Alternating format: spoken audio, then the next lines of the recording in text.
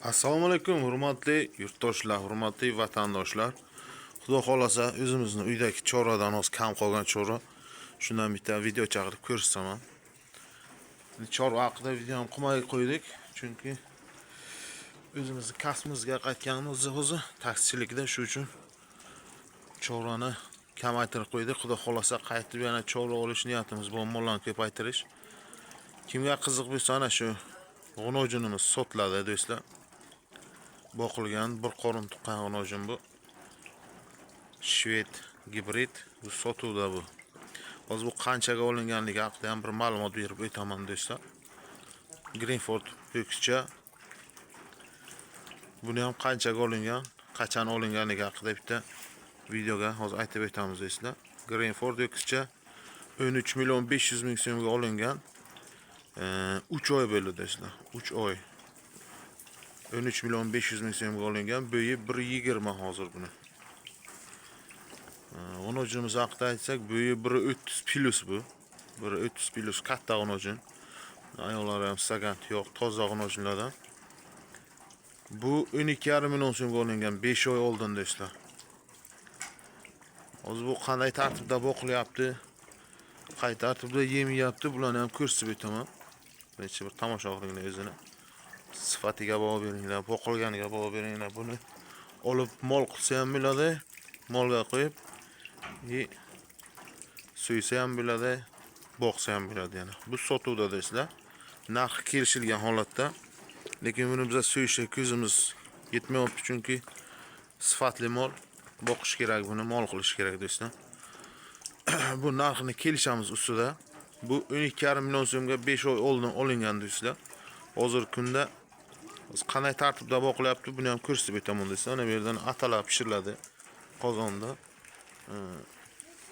Ko'mir va o'zidan chiqqan go'nglar bilan atalar pishiriladi. Qozonda hozir ko'rsaman. Atalar, kunjalar yeydi bu.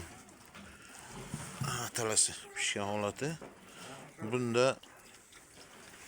atalarda bug'doy yorma, makka yorma, keyin kunjalar solinadi. Hurmatli do'stlar, ana shu hozir g'unojinimizga yem berishni men bitta hisoblab aytib beraman sizga. 15 kilo yorma pishiriladi, makka yorma, bug'doy yorma qo'shilib pishiriladi. Shu 5 kunga yetadi ana shu molga. Keyin bir satil kunjalar, 3 kilo kunjalar. Ya'ni kuniga bu 10 ming so'mdan ham kam xarajat bo'libdi bunga. Arzon va sifatli yem bilan boqilyapti mol. Xudo xolasa ana shu har oyiga maksimalni 400 ming hisoblaganimizga 5 oyga bu o'sha 2 million 2,5 million yedi bu rasxod qildi. Endi xudo xolasa buni boqib kelishtirib sotamiz do'stlar. Boqdik, bu yo'g'a endi oladigan odamga sotamiz. Greenford bu qachamiz endi boqishga davom etamiz xudo xolasa. Qozog'istonning Greenfordi. Kimga qiziq bo'lsa, ana shu g'unojinimiz haqidagi ma'lumot bemalol aloqaga chiqasizlar. O'zim raqamlarimni qo'yib o'taman. Mol o'zimizning uyda. Bemalol aloqaga chiqishingiz mumkin. Mol bo'yi 1.30 plus, uzunligi ham uzun, katta mol. Buni kelishtirib beramiz do'stlar. Mol qiladiganga, xudo xolasa, chiroyli mol. Boqsa ham bo'ladi, suysa ham bo'ladi, molga qo'yib davom ettirsa ham bo'ladi do'stlar. Xudo xolasa chorani ko'paytirsak, chora haqida videolarimiz yana davom etadi. Xudo xolasa like bosib, YouTube kanalimizga obuna bo'ling. Instagramda Xurshid Qasob yozsangizda bizning Instagram kanalimiz chiqadi. Telegramda Buxoro chorasi deb yozsangizda unda ham bizning kanalimiz kelib chiqadi. Bemalol o'tib, biz qo'yayotgan qisqa videolarni ko'rib obuna bo'lishingiz mumkin do'stlar.